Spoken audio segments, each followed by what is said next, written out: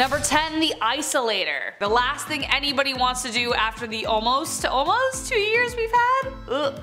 Though this looks like an object perfect for deep sea diving, it was actually built for desk work. Hugo Gernsback was a Luxembourgish American inventor, writer, editor, engineer, designer, businessman, and of course magazine publisher, because why not add one more thing to the list he's really good at. He started a magazine called Science and Invention, which encouraged scientific and amateur experimentation. This was one of the inventions published in the magazine and was revealed in July 1925. The main purpose was to block out all of the noise from the surrounding environment, narrow the field of view like horse blinders to improve concentration. But don't worry, there was an oxygen tube attached to help out the studier, so you know you could breathe while you're reading about Shakespeare or something. In our number 9 spot today we have the core.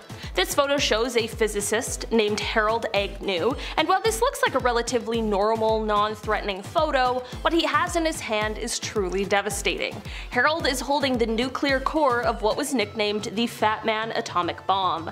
This means that Harold is holding the nuclear core of the atomic bomb that was later dropped on Nagasaki in 1945. The immediate blast, of course, took many lives, but so did the long-term effects of the bomb, like radiation illness and that sort of thing. It's crazy to look at a photo like this because it seems just so perfectly normal when he literally has a life-changing, world-ending device in the palm of his hand. Also, I don't think I could ever hold something like that. Not only would I just not want to, but I would just be so afraid that something was gonna go wrong. Number 8, children shipped in the mail. Picture here.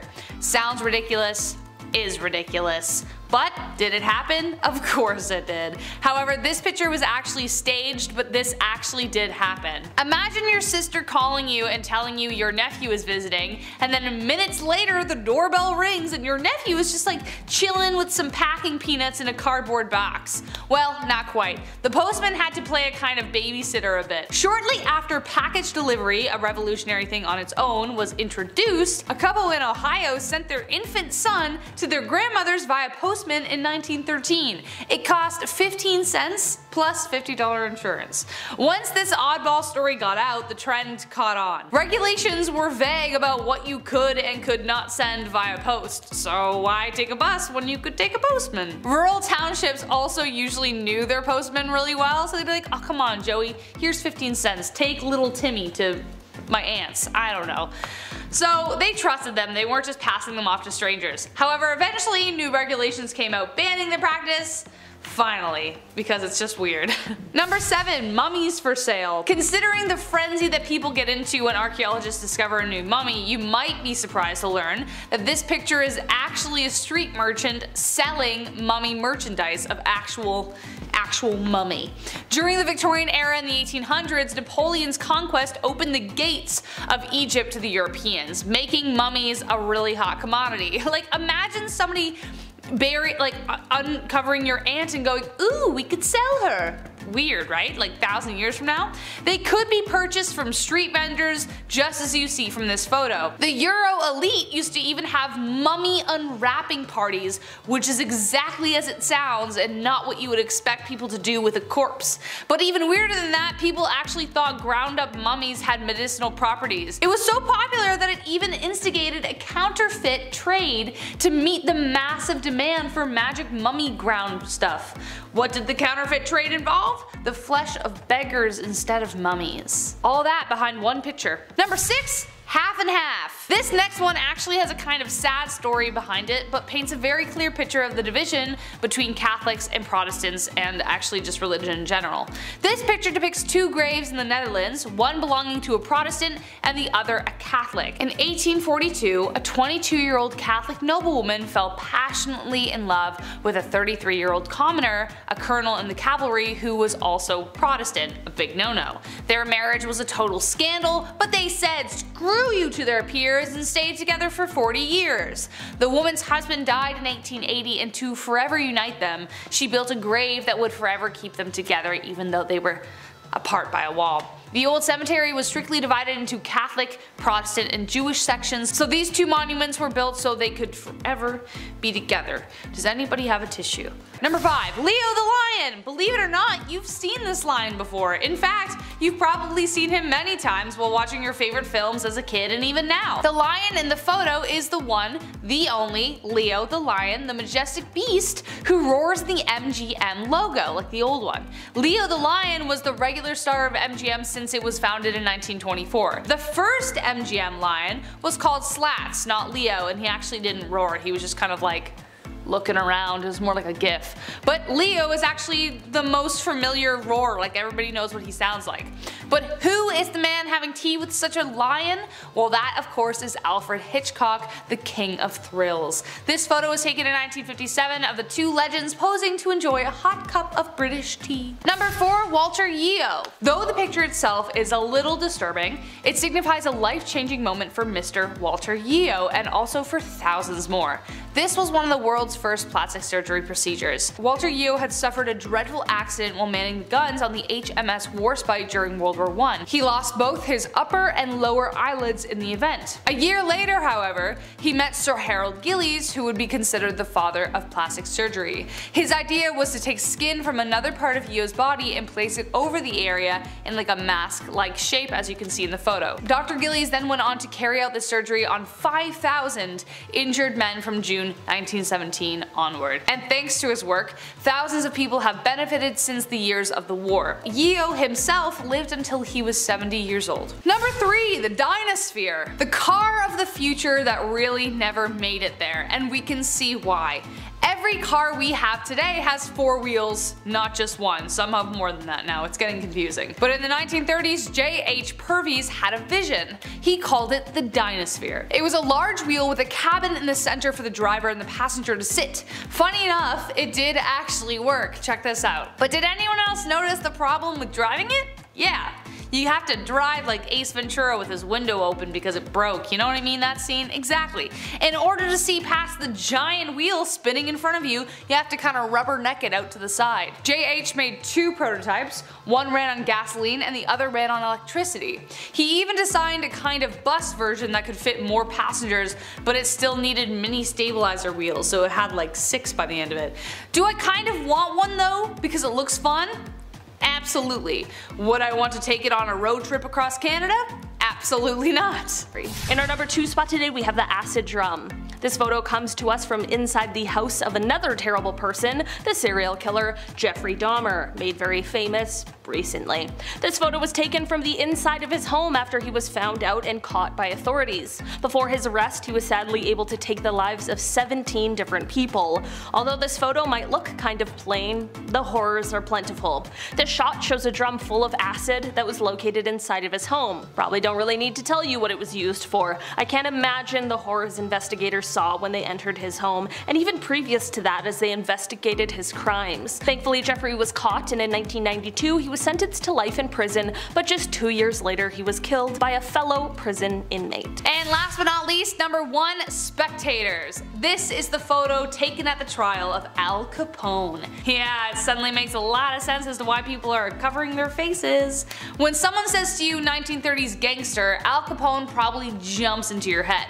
He was deemed public enemy number 1 by the US government for bootlegging and other illegal rackets during Prohibition. The terror the ruthless gangster incited in the city of Chicago is evident by this image. Witnesses and spectators of the trial covered their faces so they wouldn't be recognized by Capone's vengeful accomplices or Capone himself. Behind those fedoras may lie other criminals yet to be unmasked, or civilians scared of a Tommy gun waking them up at night. Either way, you know he must have been one terrifying dude. Authorities did everything they could to catch him, but he would always slip right through their fingers. Finally, his reign came to an end in 1931 when they caught him on income tax evasions of all things that landed him an 8-year sentence. Starting off this list in our number 10 spot we have the eruption of Mount St Helens. Mount St Helens is a stratovolcano located in Skamania County, Washington. This volcano is best known for its huge and disastrous eruption on May 18, 1980. This photograph comes from photographer Robert Landsberg, who of course was in the area at the time of the eruption. Before the eruption, he had visited the area in order to photograph and document all of the changes that were happening. On May 18th, he was within a few miles of the volcano when it erupted. Since he unfortunately was located so close to the explosion, he knew he would be unable to escape this disaster, so instead of focusing on the impossible, he focused on taking as many pictures as possible. Robert was obviously incredibly brave and dedicated, but also very smart. After snapping as many photos as he could, including this one, he then secured his camera in his backpack and covered his backpack with his body. He knew he was unlikely to survive, but wanted to make sure that these photos did. His body was found 17 days later with his backpack still underneath him. His film was of course developed and has provided geologists with some really valuable insights with his close documentation of the eruption. Number 9. Kangaroo Boxing. Link here. This next one looks pretty self-explanatory, but also it's very confusing at the exact same time. Kangaroo boxing actually became pretty popular in the 1800s. In both Europe and the United States, clowns and professional boxers would square off against marsupials in front of herds of people. It was actually started by a university professor just like as a joke, and then it really caught on. Who they cheered for? One can't be certain. The man in the above photograph was sparring against a kangaroo in Germany in 1924. Obviously, the sport did not continue as it was considered abusive to animals who clearly had no idea why this hairless being was all up in their space and trying to beat them up. I don't understand, this is just ridiculous. In our number 8 spot today we have the Challenger crew. This is a photo that was taken of the clearly very excited Challenger crew as they walked down the ramp ready to head off on their mission. The crew even included 37-year-old Krista McAuliffe, who was a high school social studies teacher. She had won a spot on this mission through a program with NASA called the Teacher in Space program, and she had trained diligently for months in order to be the first non-military person in space. On January 28, 1986, the Challenger mission proved to be fatal just 73 seconds after liftoff. 2 rubber O-rings failed because of the cold temperatures of the morning, and on live television, the world watched as the spacecraft broke apart and plunged into the ocean, sadly taking the lives of everyone on board. It is an absolutely tragic event made even more chilling by this final photo. In our number 7 spot today we have the plague. This photo comes from the 19th century, from the 3rd plague pandemic. This was the first time that the plague had spread to all 5 continents. While we now know something about what that might have been like,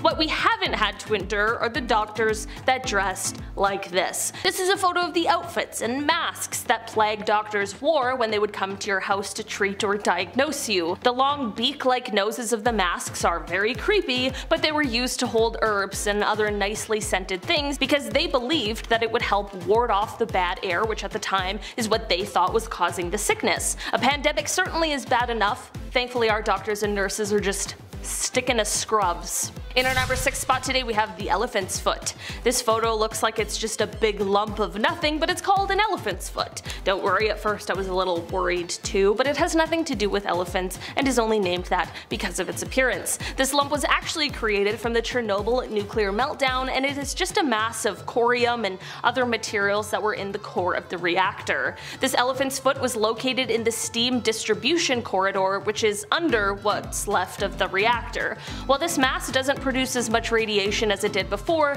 it does still, to this day, produce a deadly amount. It is said that if you stood in front of it for just 300 seconds, that would be enough to get a lethal dose of radiation. It's kind of crazy that even though they knew this, they were still standing there taking pictures of it, but I'm just glad because we all now get to see it, and it gives us just a little more insight into what exactly happened that day. In our number 5 spot today we have Mount Pinatubo. This is a photo that is showing Mount Pinatubo, which is located in the Philippines, on June 15, 1991.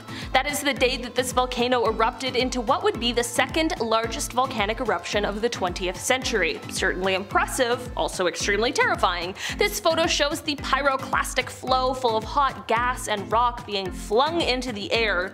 Eruptive activity in the volcano first started on April 2nd of that year, which prompted researchers to set up seismographs in the area. By June, the volcano was having a group group of progressively shallower eruptions before, on June 12th, the volcano had its first spectacular eruption, which sent an ash column 19 kilometers up into the atmosphere. After more highly gas-charged magma reached the surface on June 15th, the volcano once again exploded, this time sending the cloud of ash 40 kilometers up into the atmosphere. Volcanic ash and pumice blanketed the surrounding area, and pyroclastic flows filled what were once deep valleys with fresh volcanic deposits. It was truly magnificent and extremely powerful, and this photo shows just that. In our number 4 spot today, we have the Pioneer's Defense. This photo is known as the Pioneer's Defense, and man does it ever look creepy. This photo comes from 1937 and it was taken by a Russian photographer named Viktor Bulla. This photo takes place in the Leningrad area, which is now known as St. Petersburg, which is the second largest city in Russia. The people in this photo were part of a group that was the 1930s Russian equivalent of our Boy Scouts, and it was called the Young Pioneers. The masks on their faces leave a very eerie feeling, and for a fair reason. These people were doing a military preparation drill, which is the reason for the gas mask. This photo was taken during a time where the country was under the dictatorship of Joseph Stalin, and the residents were constantly unsure of what was going to happen. The country was already seeing death and people were already frightened just a few years before the start of World War II. In our number 3 spot today, we have the lipstick. This is a photo that comes to us from December 10th, 1945. If looking at this image gives you a shudder down your spine, that absolutely makes sense, as it was written by a terrible person known as the Lipstick Killer. This photo is an image of a note he left written on the wall at one of his crime scenes. The photo comes from the apartment of Frances Brown, as just before he wrote this message, he took her life. After this message was left, he ended up taking the life of one other person before he was finally caught by police 6 months later. The message scrawled in the photo reads, quote, "For heaven's sake, catch me before I kill more. I cannot control myself." It is an absolutely chilling note with a horrifying backstory. Number 2, the Hindenburg Disaster. Based off the title, you already know that this is a picture of the Hindenburg Disaster because I already said it. Spoiler alert. The Hindenburg was the largest dirigible ever built, and it was the pride of World War II. Yeah, see, Germany, you know which one I'm talking about. But YouTube gets mad. The first successful airship was constructed in 1852 by Henry Giffard, but the problem was he used hydrogen. This made both French and German designs of the craft susceptible to explosions if something went wrong. Hence, Exhibit A. What you are seeing in the photo is the direct aftermath of a devastating accident. On May 6, 1937, the dirigible touched a mooring mast in Lakehurst, New Jersey, sparking the explosion, which took the lives of 13 passengers and 21 crew members. Something as simple as a small spark from the engine ignited the hydrogen core, and the craft fell 200 feet to the ground in flames. In our number 1 spot today, we have the Dyatlov Pass incident. If you have never heard of the Dyatlov Pass incident, you better buckle in because it is so terrifying. This photo was taken in February of 1959 as 9 young Soviet hikers set out to trek through the Ural Mountains. They had set up a camp, and sometime during the night, something happened that made them cut their way out of the tent and all flee the site. Leaving in such a rush, they were of course underdressed for the bitterly cold weather, and 6 of them ended up passing away from hypothermia, which is extremely tragic. The other 3, however, is where this story takes an even more frightening turn. Like I mentioned before, no one knows why they fled the tent in the first place, and the last 3 hikers were found passed away with severe signs of physical trauma that no one agreed on what had caused it. In 2019, the investigation was reopened, and just last year there was a conclusion that a kind of avalanche called a slab avalanche was the cause for these injuries. Starting off with S for secret. Alrighty, so here is from the Polish Constitution Day celebration in Chicago, specifically the one from 1978. On the left there, all washed out and crappy old flash display style, is First Lady Rosalind Carter. The guy shaking her hand, or rather just holding it and staring off camera like a waiter just went by with a tray of warm sausage rolls he wants to really get into, is John Wayne Gacy. And if you're also thinking, yo, what is up with this guy being in so many random famous photos, you're absolutely right, and it's genuinely strange how photographed and out there Gacy was. By the time this was taken, he had already killed over 20 people. Also, when he wasn't side hustling as a clown, he was super active in the government and politics, thus why wearing the S on the lapel. It was given to him by the Secret Service to indicate special security clearance, so the S literally does stand for secrets, both the US government's and his own. Whose secrets are worse though, huh? Anyways, at the bottom of the handshake photo, you can see the handwritten address to John Gacy, best wishes, Rosalind Carter. Number 9. Amityville Photo. Okay, we'll go less UFOs, more ghosts. One M. Night Shyamalan theme to the other. Here we go. This photo was taken inside the actual Amityville house back in 1976. It's a young man, it appears, with glowing white eyes. How comforting is that? Pretty hard to miss there. He's got the glowing... Yep, looks very Sin City of him, just to stare with those white eyes. Now at first I thought this was from a horror movie, right? All those Amityville knockoffs. It looks obviously fake or set up in some way, until you start to read about the details here. See this photo, it was taken with automatic cameras equipped with infrared, not an actual person. So this young lad here probably wasn't expecting a selfie. Why I wasn't smiling or throwing up a peace sign. Makes sense now. Photographer Gene Campbell set up the photo and took it back in 1976. Now at the time, Gene was working with paranormal investigators Ed and Lorraine Warren on the actual case. Huh.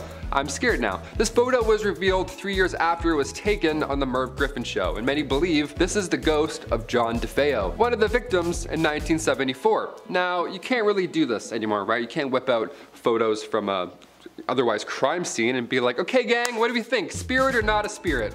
Vote? Yes? No? Obviously there was backlash after this for obvious reasons, but it took 3 years for that photo to reach the public eye, and now everybody believes in ghosts, or they do a little more than they did before that show. This was long before the Conjuring movie as well, obviously, so this was quite random to see on TV. Do you believe in ghosts? What's the ratio here? Comment down below. I'm not a believer, I'm not gonna lie. I've tried numerous times. I got the Ouija board, did the whole thing.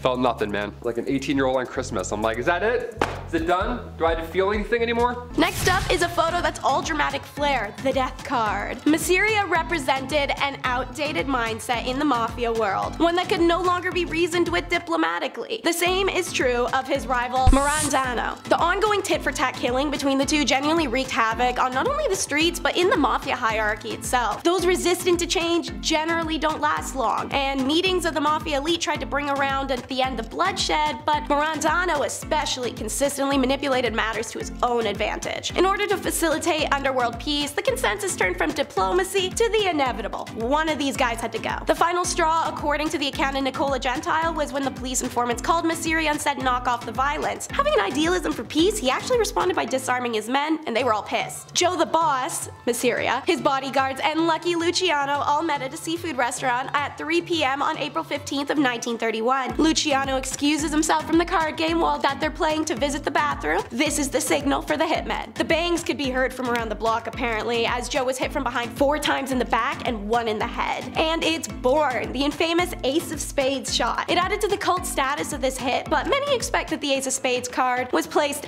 between Masiria's fingers after the hit by a photographer, just for the shock factor of the press. Next is a series of photos recovered before they could be lost. Holes in a window. Former LAPD Reserve officer turned photographer Merrick Morton was faffing around in the LA Police Department when he comes across a stash of LAPD crime photos ranging in the dates of 1920s all the way to the 1970s. These were cellulose nitrate based film, and the negatives were so decomposed they're deemed fire hazard, but Merrick saw enough of the few stills to know that they'd be an absolute effing gold mine. Working with Phototeca Photo Digitation Service and the US National Film Archive, the photos were given a new life. This collection is NSFW and there are hundreds. Now spruced up, the macabre photos are mostly crimes and many of them violent and depicting the bodies or surviving victims' injuries. Obviously the ones you're seeing on screen as I'm talking are tamer, such as my choice, the one you're seeing now, holes in the car window. Something about it gives me a deep sense of discomfort, thus the choice. The collection contains recognizable crimes and faces too, an unusual photo of Malaya Nurmi dressed as Vampira, pictures of comedian Lenny Bruce's OD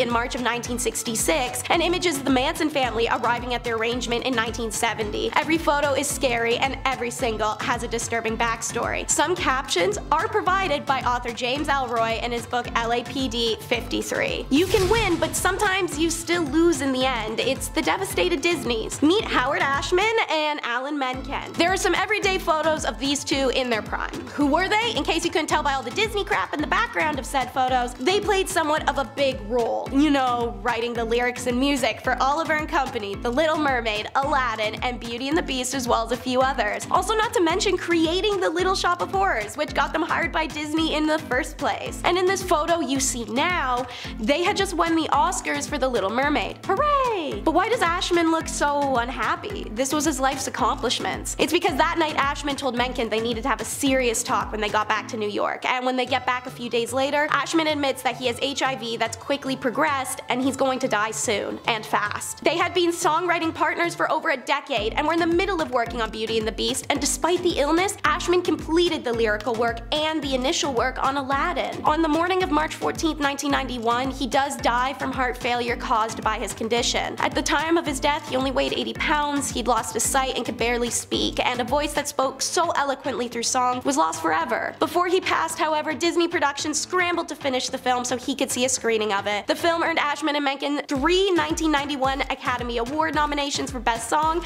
and the title song winning the award. Perhaps most amazingly, Beauty and the Beast was the first animated film ever nominated for an Academy Award for Best Motion Picture. So it looks like a photo of two men achieving their wildest dreams, but it's a record of their last normal moment together. Oh look, it's the D-Bags day off! Camp staff! Check out this jolly-go-lucky group. They got the day off of work because the weather was nice for the first time in a long time. During the wartime, that must have been awesome, especially being young. Finally shirk responsibility, maybe go get a pint, have a picnic, hang out with each other, maybe get a little frisky, lavishing in the sun. I'm done looking at them. In fact, I'm sick by having to look at them. When that group of people is gonna have lighted and silly summer fun on a day off, they're going back to their jobs at the camps of World War II to do exactly what you're thinking they would be doing for work when I say they work at the camps of World War II. And they enjoyed it. This wasn't one of those mandatory war jobs or excuses you can make up for following orders. These young adults, who may as well be the grandmothers, grandfathers, or great-grandma or pa of people even watching, chose to do this job and actively enjoyed it. So this is a good reminder it's not that far in the past, and these people most likely took life shortly before or after this photo was taken.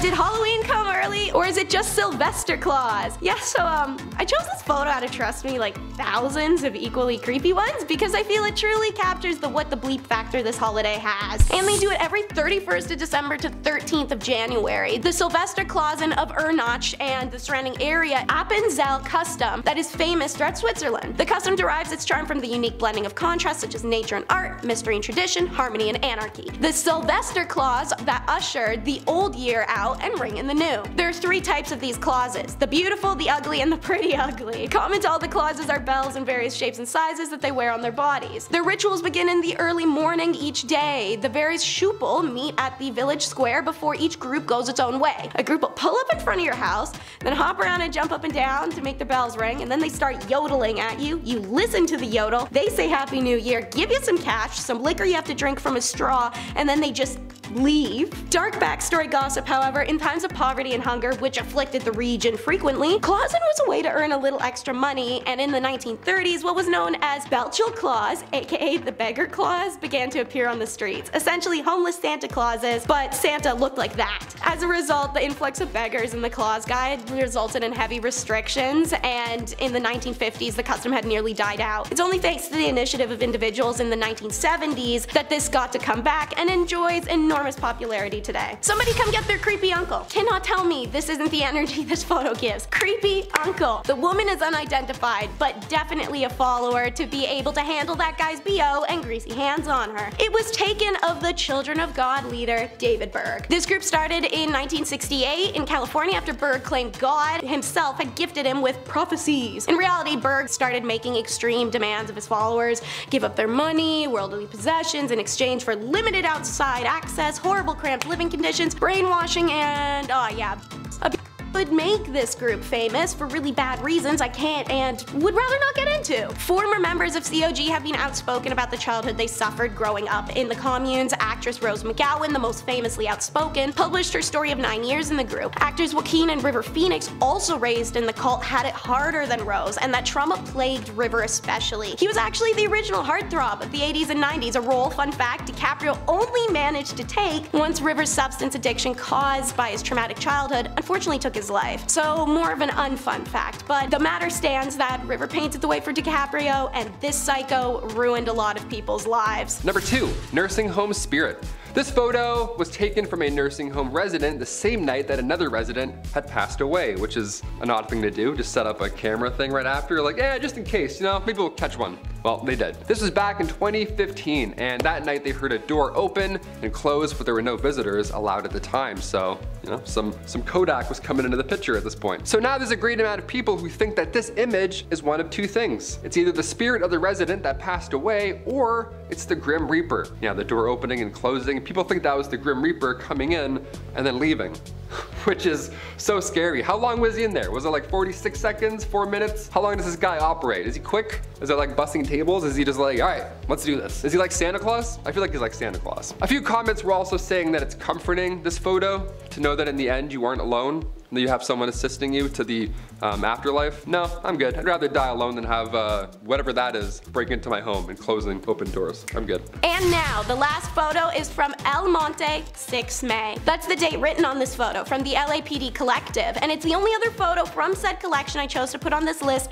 aside from the holes in the car window. As follows is the photo and James Elroy's written description of it. This is a detective modeling a mask worn by Baxter Shorter's crew. Shorter was in a gaggle with Emmett Perkins, Jack Santos, and Barbara Graham. The three of them then killed an old woman named Mabel Monahan on 9 March 1953. Shorter was appalled by his gaggle's violence. He ratted the others out, and Santo and Perkins kidnapped him in front of his pad on Bunker Hill, took him to the mountains, and killed him. Shorter had a sister that lived in El Monte, and they were hunting through it for evidence. This mask was in her pad. James Elroy. If Mabel Monahan's former son-in-law Tudor Scherer hadn't been a Las Vegas gambler, the 60-year-old widow probably would have never been killed. Also, if she didn't stay friends with him after he divorced her daughter, that'd probably have helped. But she did, and people found that weird. So there had to be something at play, right? Maybe Scherer trusted her so much he stored his 100 grand floats there. Ex-cons Emmett Perkins, John True, and Jack Santos think that, and they plan to take it. Barbara Graham joins the group to be their key into the door. Mabel takes a while to open up, but Barbara persuades her with the story of a broken down car and pleas for the phone. Mabel was reluctant, but the young woman was alone, and the widow knew firsthand how scary it could be for a woman to be on her own at night, so she let her in. And in comes John True, Jack, Emmett, wearing rubber masks. We're gonna take a pause. Ladies and female presenters, our own sex does not guarantee our safety, and you can't predict anyone's intentions. Please trust your gut if it says don't open that door. Mabel is struck on the head, left gagged and bleeding in the hallway. The group ransacks her home for a safe that never exists and panic when there is none, so they just leave her there. Mabel is dead for 2 days in her home before she's found. The investigation into the slaying of the Burbank widow began, and it was a long one, filled with drama. In the end, the four are charged with conspiracy to commit burglary, robbery, and M-word on June 3rd, 1953, in the death of Miss Mabel Monahan. Number 10, the Cube. Alright, Transformers fans, let's do this. I feel like we're hearing more about these things like UFOs or UAPs, whatever you want to call them now. I feel like we're hearing about them now more than ever. So why not kick this weird list off with something off-world? We have to include some alien cover-ups, right? It's me, it's Taylor, why not? I figured that I'd find one that's also not too well known. We haven't seen this one,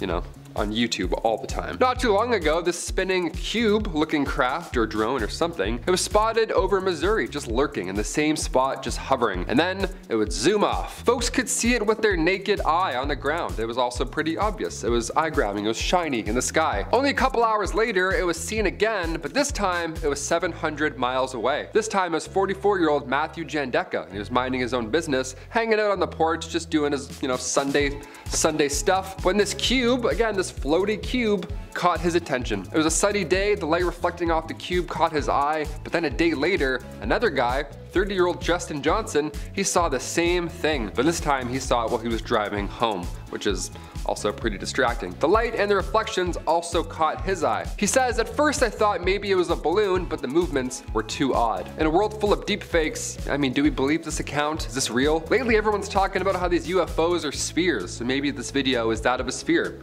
not a cube. That's cool. I love teaching geometric shapes via alien aircraft. I'm like, this is a triangle. We saw this one in the Navy, and we saw this cube in the sky. I've heard beauty is pain, but I haven't heard beauty is the next Saw movie. Check out the Beauty Calibrator. Seeing pictures, you may think it's some sort of Middle Ages torture machine, or as said, literally one of those Saw movie head devices. But surprisingly not. It's another way to point out women's insecurities and find the smallest things possible to make them feel bad over. Meet the Max Factor Beauty Calibration machine. It is the only one in existence, thank God, and in 1932 the makeup legend Max Factor came up with this ingenious invention combining phrenology, cosmetics, and insecurity gaslighting with pseudoscience analysis of a woman's physical flaws. Max Factor's Beauty Calibrator enabled Hollywood makeup artists to pinpoint where facial corrections needed to be made down to a literal fraction. The machine, also known in the trades as the Beauty Micrometer, revealed that a natural perfect face was a myth. Every single woman was imperfect and needed correction, and this machine could find it by taking precise measures. It would mark spots that needed to be fixed, and then the artist, once the helmet was removed, could correct all the new insecurities with makeup that you didn't have before you put the stupid thing on. Number 8. Alfred Hitchcock and the MGM Lion. Alright, you're gonna hear me roar after this one. This photo was from 1958. You've seen this at some point, right? Hopefully, or else, you know, we'll send over a VHS, we'll help you out. It was taken by Clarence Sinclair Bull. Now the photo appears to be, well, no, it doesn't appear to be at all. It's Alfred Hitchcock serving tea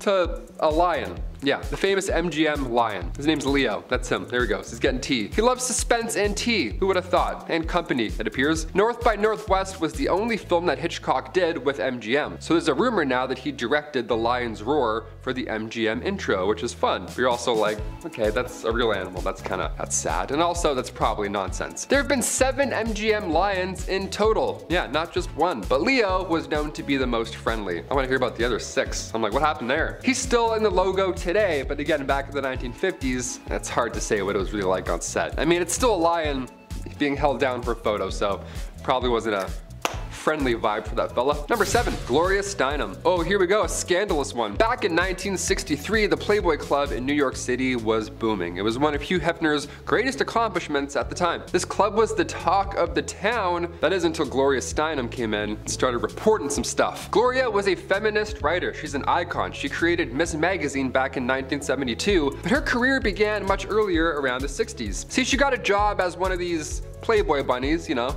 must be a comfortable getup, and she worked at the club undercover, secretly taking note on how this key holders only establishment was operating, right? Cool, what's going on here? What's the big scoop here? The staff were these young women, these beautiful young women, these bunnies. They had to wear the black bodysuits, the puffy white tails, the whole getup, and at age 28, Gloria worked undercover there for 3 weeks straight. And the piece she released after, appropriately titled A Bunny's Tale, great title, by the way, she nailed that one. It got so much attention that it kickstarted her freelance career and also made her a feminist icon. This photo of Gloria undercover shows you the comfortable work outfits she had to endure just to get the story out. Yeah, doesn't look like she had her non-slips on there. That's a write-up in my books. In a collection of her writings, Gloria reflects on the undercover piece, saying that it now has outlived all of the Playboy clubs, both here and abroad. That was before Hefner passed away in 2017, so I will add that you also outlived him as well. Good, he wasn't a very nice lad. Let's move on. Number 6, North Sentinel Island. All right, we got some people, some aliens, some ghosts. What else do we need, Taylor? How about some weird islands? Sure. North Sentinel Island. We gotta head over to India for this one. This island is the home of the Sentinelese tribe. You've probably heard about this at some point. One of the most forbidden islands in the world. But why? Located in the Bay of Bengal, North Sentinel Island is about 1,200 kilometers away from India. And while most islands are shrinking, this one actually grew back in 2014. Yeah, the universe is like, more. Yeah, you need more of this, sure. The island lifted up a couple of meters during an earthquake, so the west and south sides, they gained an extra kilometer. Nice. DLC unlocked. The inhabitants on this island are among the few uncontacted tribes left in the world. They have apparently been there for 50,000 years, and there's no sign of agriculture or even fire. Yet somehow this tribe has thrived for ages. Now, if we try and get close, they will try and drive anybody away. More than fair. Like, we have enough room. We're good. Let's just leave. In fact, back in 2006, 2 fishermen sadly lost their lives because they got too close to the island without knowing who was on it or what the island was. Yeah, you can't just approach random islands. You gotta do some homework. That's why I'm here. Number 5, Lascaux Cave. If you didn't visit this cave back in 1963 or sooner, well, you lost your chance because, well, humans ruin everything. Now we can't even see ancient art anymore because, well, it's too many of us. The Lascaux Cave system is now a World Heritage Site in France, but once it was a booming tourist attraction. These cave paintings, see, they're 17,300 years old. They're quite ancient. We can't really touch them. You can't have someone write Steve was here on it. Can't do that. Paintings that depict cattle, bison, stags, you name it. They're beautiful. They're complex, and of course, like I said, they're extremely old. So old, in fact, that the cave was closed to the public forever in 1963 after it declared human presence wasn't healthy for the art. Yeah, our dirty coffee breath would eventually cause this art to fade away, so we had to hold our breath. We gotta leave. We gotta close it off. There we go. Plus, I'm sure somebody would have snuck in with a Sharpie by now and ruined it. You know what I mean? Or like graffiti. It would have been gone by now. You know it. 7,000-year-old paintings. Yeah, protect these for another 17,000 years, please. Number 4, Surtsey Island. Another fun island. Another weird story. Here we go. When it comes to new things in life, it's pretty rare that we get a new island, right? Especially on our planet when we're losing things and melting. How lucky are we? Sure. We're even luckier that Disney didn't build a resort here first, because now scientists, they get a chance to study what an island looks like without human interaction. That's a fun little project to focus on in the future. That's cool. It's pretty cool. It's weird and scary, but it's cool, I guess. Yeah, I'm kind of nervous. I don't know. Surtsey Island in Iceland, as of right now, it's only open to a few scientists and geologists. Everybody else, beat it. Go find your own island. Get out of here. It was born from a volcanic eruption back in 1963, and scientists, they have one rule on this island. Don't talk about Fight Club. And the second rule is no seeds. Yeah, no life. No chance at life at all. Choose something else. Anything else, please. One guy accidentally pooped out a tomato seed and he almost ruined the whole operation. The guy almost ruined this entire plan. What a stressful job. It's so eerie to see the oldest human history and then immediately after see a new island where humans are forbidden. It's like, we're not allowed to go and be places anymore. I'm kind of,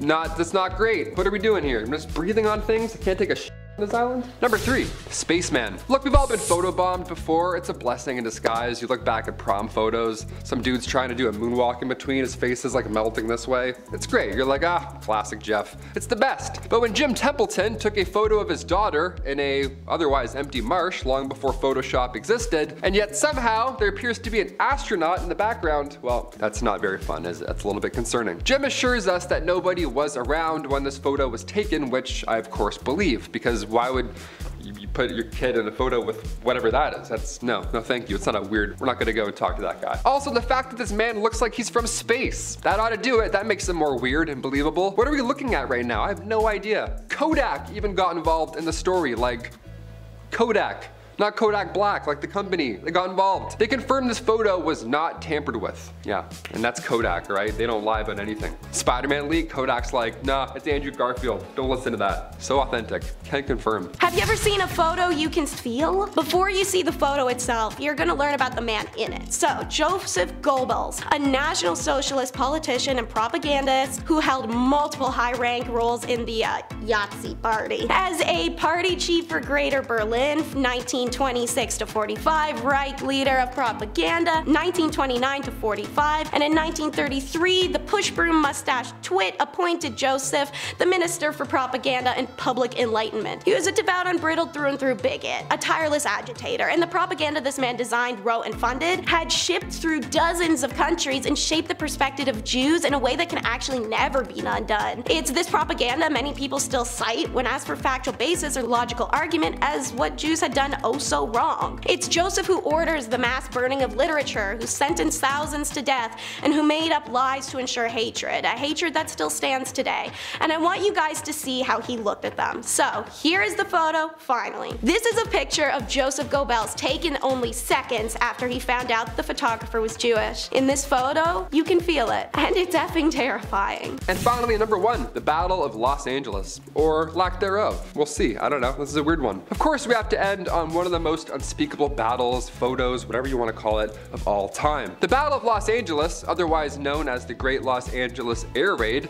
happened during World War II, right at the end of February 1942. Now this event, first of all, took place only a few months after the Pearl Harbor attack, so I'll admit everyone's a little on edge. We're a little stressed out, we've got some hands hovering over some buttons, we're a little nervous. Sure. Something like 25 enemy aircraft was apparently spotted flying over Los Angeles in the late hours of February 24th. So air raids then went off, blackouts were put in effect. This was not a drill, right? Or was it? What was this? This thing was getting lit up in the sky. Around 1,400 shells were blasted off and 2 people had a heart attack. That's how loud it was. In total, 5 people ended up dying from this retaliation, and apparently it was a false alarm. Although many now believe that it was UFOs or aliens, and that's why we were launching stuff at it. A press conference was held by the Secretary of the Navy, Frank Knox, and he called the incident war nerves. People have heart attacks. He's like, oops, I was nervous, my bad, slipped. Little quick reaction there. Number 10, Russian Bigfoot caught on tape. The exact location of where this video was taken is still unknown. In fact, there isn't a ton known about this video at all, but what is known is that it was taken somewhere in Russia. That's about it. And people actually believe that it captures the real Bigfoot, or one of the many Bigfoots out there. This is the Russian one. They got a Russian Bigfoot. What do we all think here? I wanted to start with one of the most insane videos I could find. I think I nailed it. How'd I do? I don't know. This one comment dives in further. The user says the title of the original video was called Chichuna, but in Russian script. The creature hops, sometimes sideways like a lemur. Of course, lemurs have tails, which make that type of movement easier.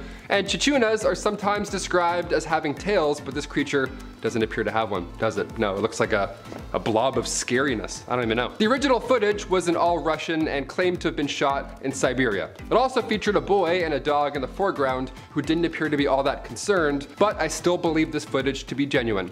That's one of the top comments, so you know someone did their research. Speaking of sports, there's such a thing as the wrong time to cheer, which is our next photo. See, this is Mike Hawthorne and Ivor Bueb celebrating with champagne after winning the 24H Le Mans. Look at the revelry and the glory between these men. Those around them have a completely different vibe, however. We've got an arrangement of meme expressions going on here. Homeboy in the back holding the book is giving a hell of a judgmental side eye, and we have a signature auntie are you serious expression going on. See, while these men are ecstatically celebrating their win, what isn't captured in this photo was that the raceway was covered in ambulances and fire trucks. Hawthorne had driven an opponent off the track and the resulting accident killed 84 people, most of which were spectators. Videos of this event on YouTube are kinda insane to watch, not even because of the crash or the arrogance of the winners, but the announcer is so painfully cheery it's out of place, using an old timely projection system to shout, "Oh, women and children are dying, whole families are wiped out, but most of the finishing cars were British, a fine achievement in this abhorrent tragedy." It feels like a fever dream. Number 8, Titanic inspection card. This inspection card once belonged to a woman named Marion Meanwell.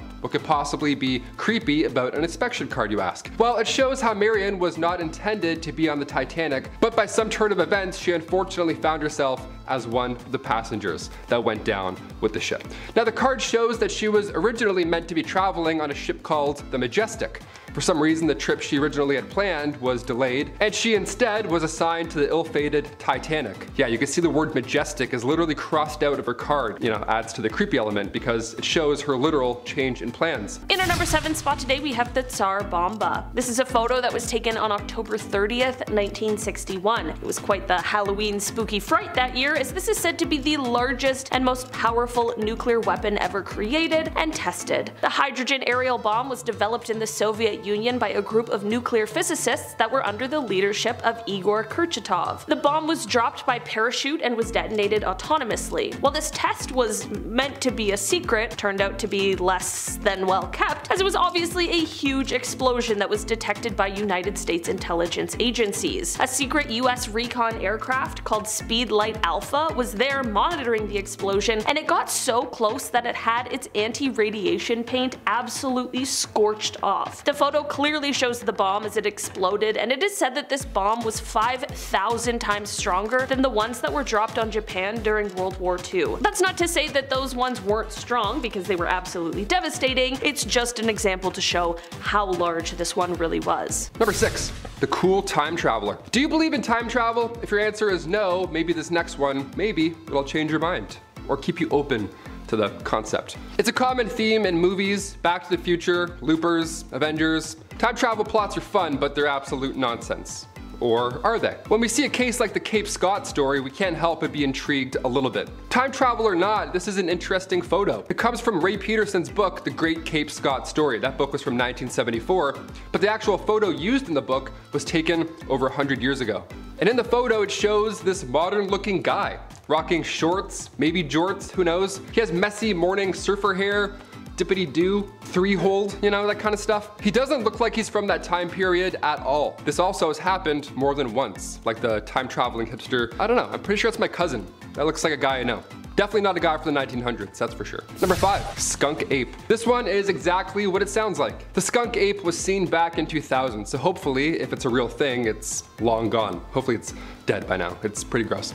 2 photos were taken of the supposed skunk ape, and this thing looks like Bigfoot's cooler, older cousin, you know? That cousin who has a lava lamp, does kickflips in the garage in October. That kind of cousin, that's the skunk ape, really. An anonymous source sent the Sarasota County Sheriff's Department these photos. They mailed them in, which for starters, that's pretty jarring to receive. Just a creature, just Bigfoot, put it in the mail. But she claims these photos were taken in her actual backyard and that this creature was not a black bear. It wasn't anything we've seen before. I personally don't think that's a black bear. If anything, it's just a really large, odd looking dog. Those teeth alone are a red flag either way. I want nothing to do with that. Number 4, Soulway Spaceman caught on photo. Look, we've all been photobombed before. It's a blessing in disguise. You look back at prom photos, some dude sneezing in the background while you're, you know, having the moment of your life. It's the best, we love it.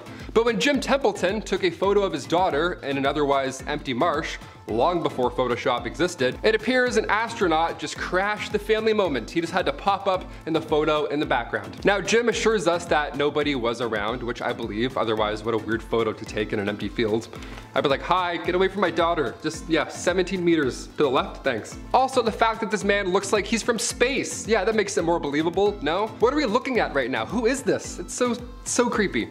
Kodak even got involved in this story, right? Like Kodak, the company Kodak. They confirmed this photo was not tampered with. And they know everything. They made Avatar, so they know what's up. Let's run everything by Kodak from now on. Deal? Number 3, Worstead church visitor. Okay, time to get a little paranormal. We love those. Hit the lights. Back in 1975, Peter and Diane Berthelot were visiting the Worstead church in the UK. It was beautiful, right? So like any visitor does, Peter took a photo with his nice Kodak camera, right? He wants to see the truth with his Kodak. Peter took a photo of his lovely wife sitting in the spectacle of a church, but later on, once the photo was developed, somebody else was all of a sudden in the photo now. Or something, we don't really know. Right on the bench behind Diane, there appears to be a person in all white. How calming is that? Maybe it's a wedding, maybe it's their big day. We love it.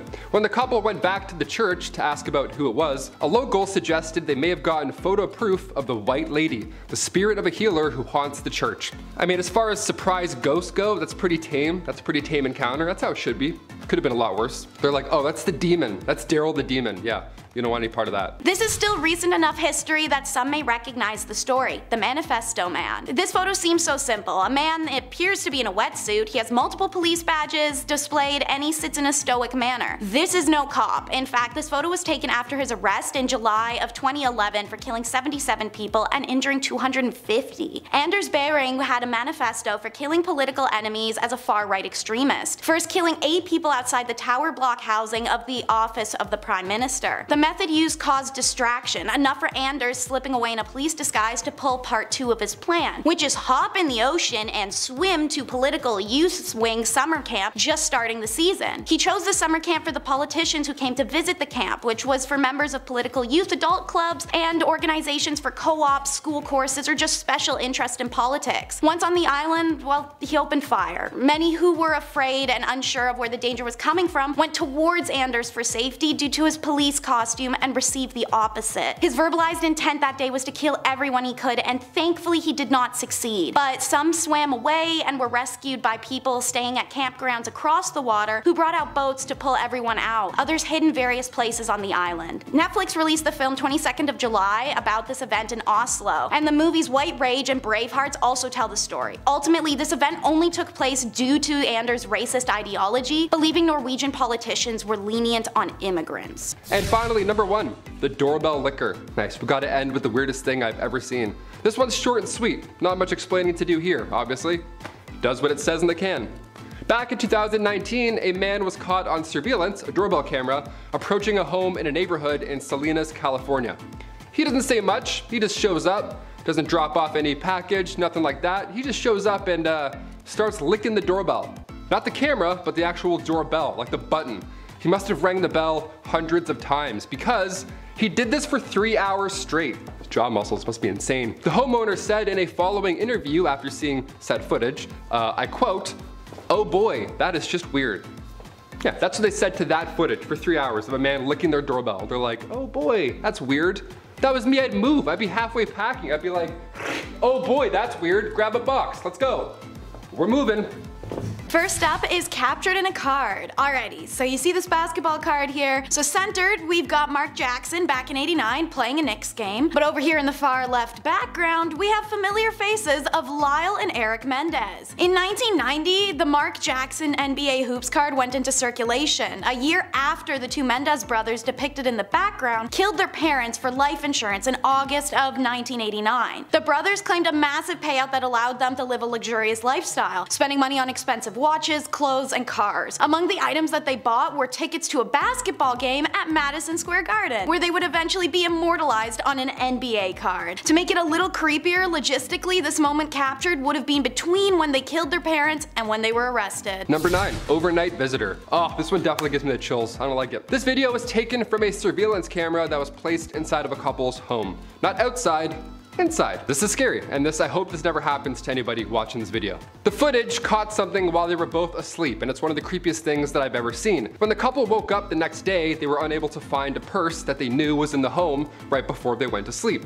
So they decided to check their security cameras, and this is what they found. As they were sleeping, a man crept in and was so quiet that he didn't wake them or their dogs up. No, he stood at the top of the stairs watching them sleep for a few minutes, which just adds another layer of ew to this whole scenario. Yeah, always check those nooks and crannies before you go to sleep, I guess. Mountain climb to heaven is next. Because if you climb Mount Everest, let's be realistic, all you're doing is making your inevitable trip to heaven a little shorter of a distance upwards, giving yourself and the creator a little shortcut, you know? Alright, so this photo has the same visual quality as some loosely scattered cat litter, but I'm sure you can make out that we've got these silly little tents here. Man, look how far tents have come. As well as these two dudes in what it looks like high socks. This is the 1924 British Mount Everest expedition. We've talked about a few Mount Everest climber groups and things that have happened to them in a few of our videos, so you may be familiar with this one from our channel. That or literally any Mount Everest movie. They tend to either pick one specific story to document or mismatch all of them together for one plot and then throw Jake Gyllenhaal up on a mountain. Anyways, this photo was taken of George Mallory and Sandy Irvin shortly after they made their ill-fated attempt to get to the summit. While Mallory's body is found literally decades later in 1999, the body of Irvin never has been.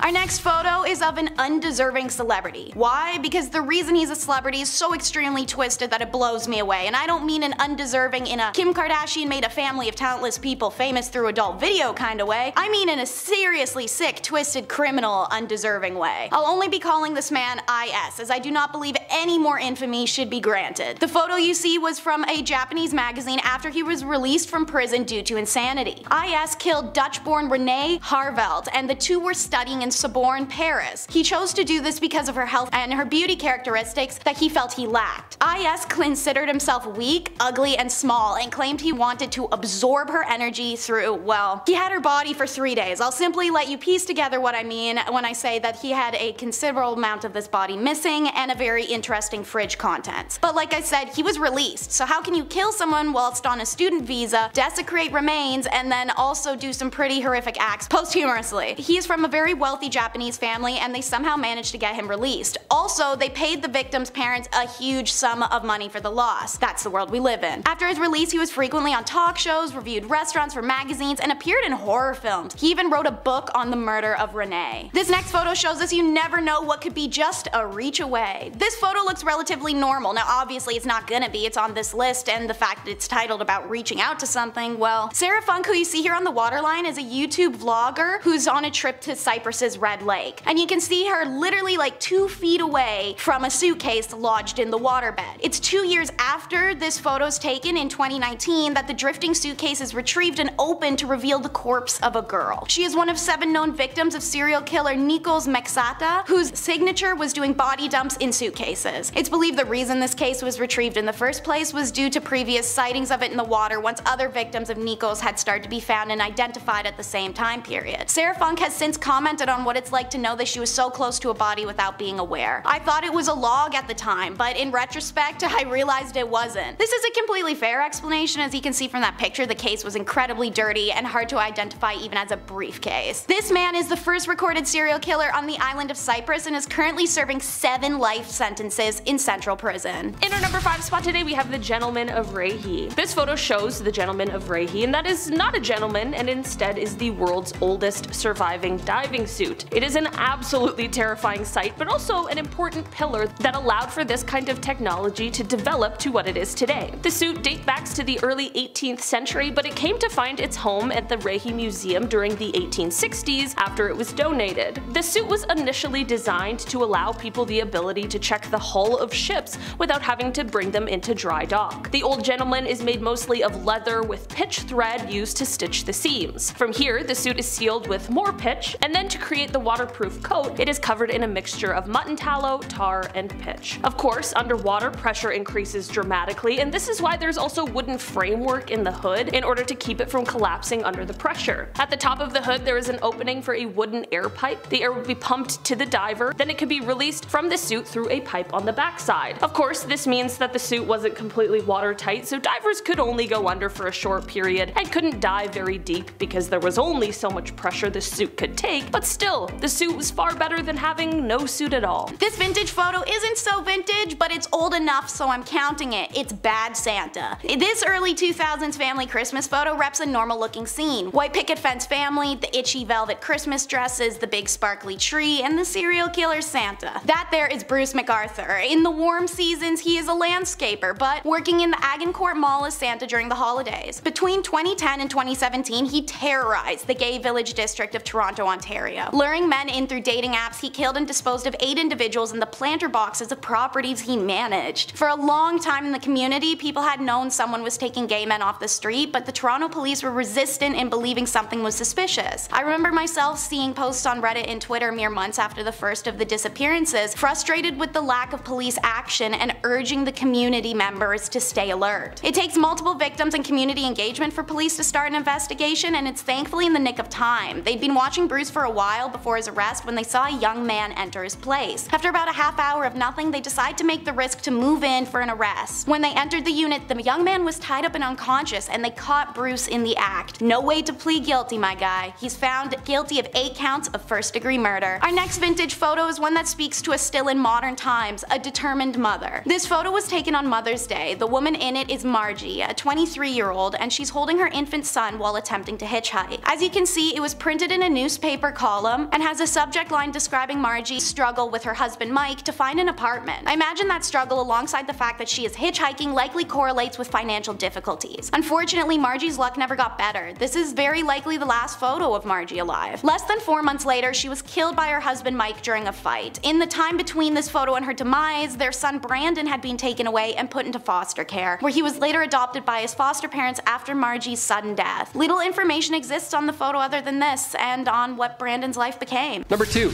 Black Knight Satellite. Not to be confused with Martin Lawrence's Black Knight, that's, although that's pretty historical and memorable in itself, the Black Knight Satellite is something that has been orbiting our planet for God knows how long. We're guessing thousands of years. Everything else on this list is quite recent, but this myth is ancient.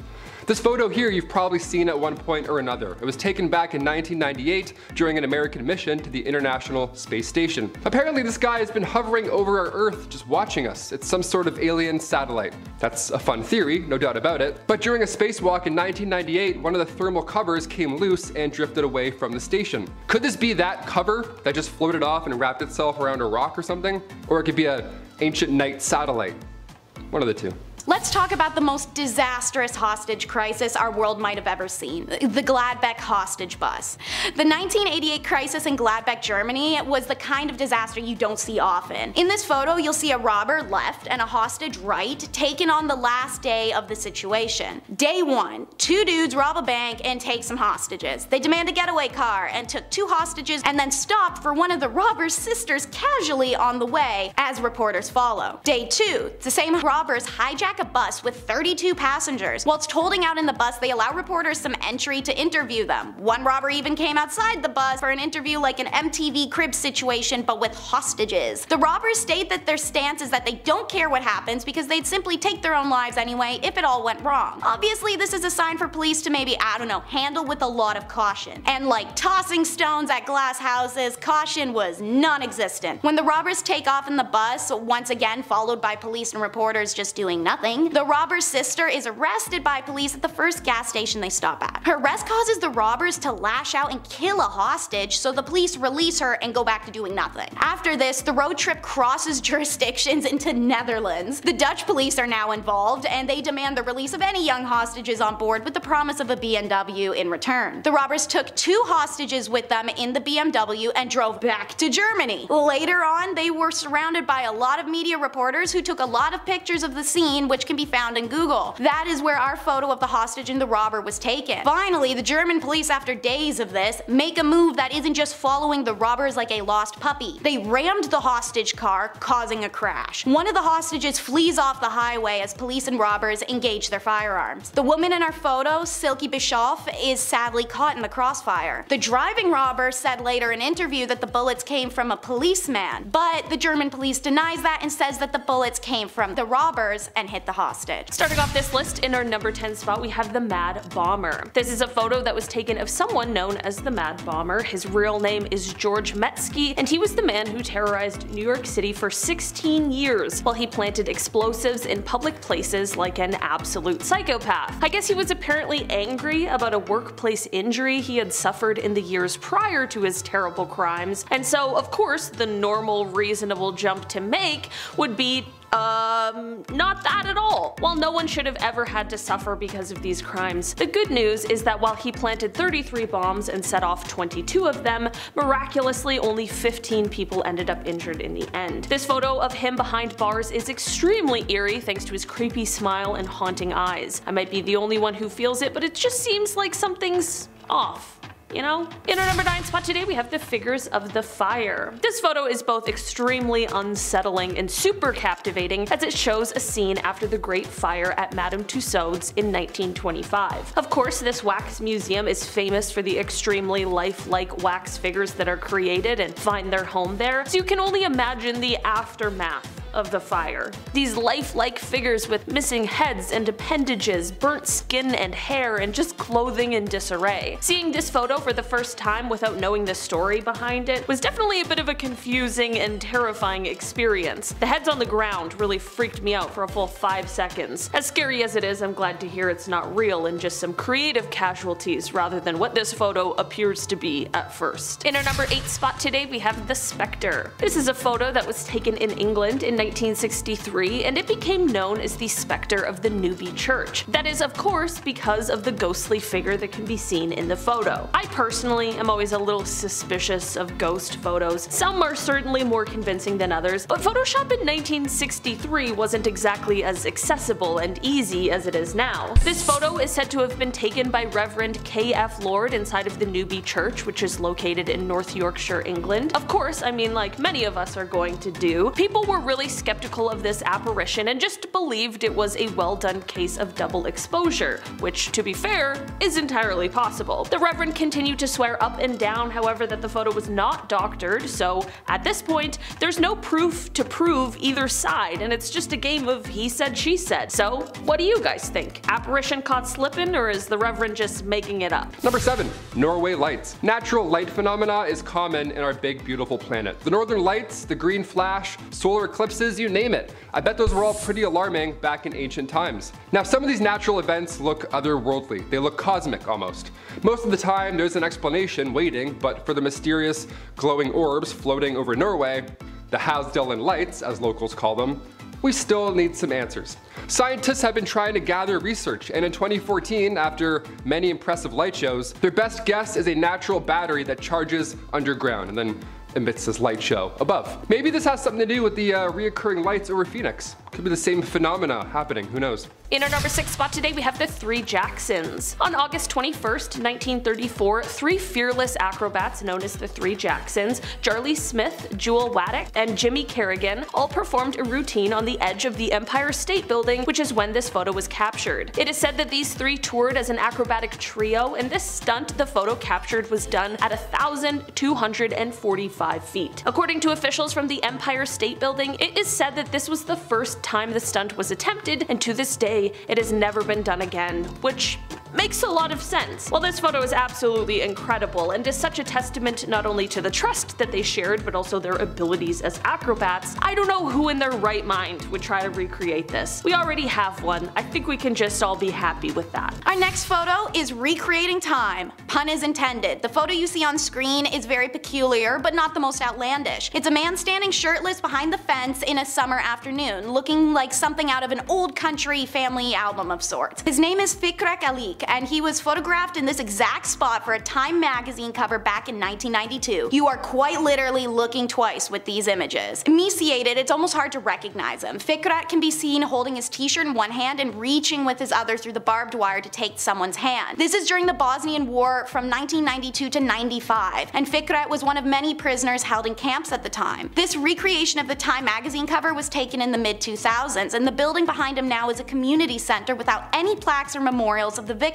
of the notorious prisoner camps in Bosnia. This region is now under the rule of the same faction that was responsible for the camp, so they engage in a lot of historical denials and concealing. Fikret's story remains one of incredible perseverance, especially as he and other victims still go before the UN today in battle to have reparations and acknowledgement. In our number 4 spot today, we have ectoplasm. This photo is said to have been taken in 1910, and it shows a medium in the middle of a spiritual seance. I don't know about you, but a 1910 seance sounds like an absolutely terrifying time. This photo is said to be catching the moment that ectoplasm appears out of the mouth of the medium. When we're talking about the occult and the paranormal, ectoplasm is a viscous substance that exudes from a spiritual entity, or sometimes the earthbound medium who is connected to or communicating with the spirit. It is said that this substance can take the shape of a face, or a hand, or a complete body, and it's usually seen in a darkened room during a sort of seance, and this is the way that the paranormal can physically manifest themselves in our world. So basically, what I'm saying is that this is supposed to be the moment that an evil entity is making themselves known in our world. Thankfully, at the end of the contact with the spirit, the ectoplasm will usually disappear as it returns to the entity, so it hopefully didn't stay around long, but this photo sure is something. In our number 3 spot today, we have the Isolator. There are tons of strange inventions from the past. We have entire lists and videos dedicated to the strange inventions. There's so many. And while this is one that can be added to the list of bizarre inventions, it can also be added to the list of creepy ones as well. This photo shows what was meant to be a sort of anti-distraction contraption from the 1920s. Listen,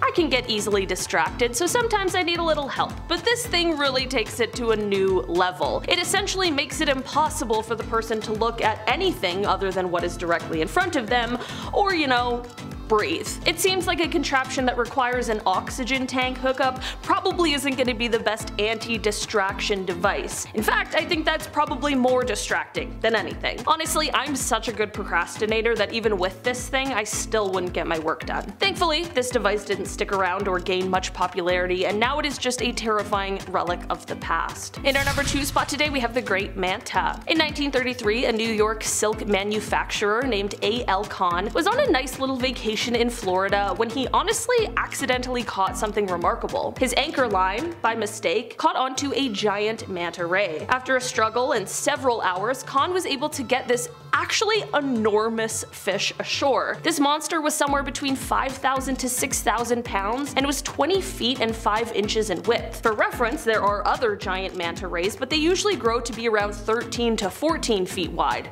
not 20 and a half. This photo is showing a taxidermy version of the fish which Khan used to bring around to exhibitions to show off his accidental cache. In an article from December 10th, 1933 of the St. Louis Post-Dispatch's Sunday magazine, Khan is quoted as saying, "Fishing is a lot of fun when you catch the fish, and sometimes it's fun even when you don't, but when the fish catches you." And finally, in our number 1 spot today, we have the advertisement. This is a photo that comes to us from the time of World War II, and it shows a very terrifying kind of ad. The sign reads, "These men didn't take their atabrine," and at first I had absolutely no idea what that was. Turns out that atabrine was actually the first synthetic form of a drug which was used by the US military to fight malaria in the South Pacific during the war. It is estimated that as many as 2/3 of the troops fell ill with malaria. This sign is said to have been posted outside of a military hospital in New Guinea and was meant to serve as a warning for those who didn't take the medicine, warning that the skulls on top would be the fate that awaited them. Perhaps a little dark, but creative and likely effective nonetheless. At the very least, the ad is definitely quite clear.